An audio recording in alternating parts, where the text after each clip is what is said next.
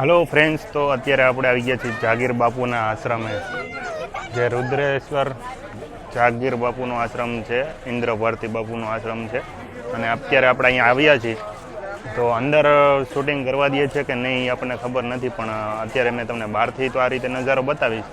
બહુ મસ્ત છે. અને અંદર આપણે જાય પછી ખબર પડે કે અંદર શું પરમિશન આપણને દે છે કે નહીં. અત્યારે પબ્લિક તમે જોઈ લો, અત્યારે ફૂલ પબ્લિક જાય છે બધા અંદર દર્શન કરવા અને અહીંયાનું સૌંદર્ય માણવા. તો આપણે પણ જવાનો પ્રયાસ કરશું. અંદર જવા દઈએ છે કે નહીં ખબર નથી. અંદર જવા તો દેશો મિત્રો, પણ શૂટિંગની પરમિશન મળે કે નહીં બાય ચાન્સ છે, એટલે એના માટે હું તમને અહીંથી બહારથી પહેલાં બતાવી દઉં છું.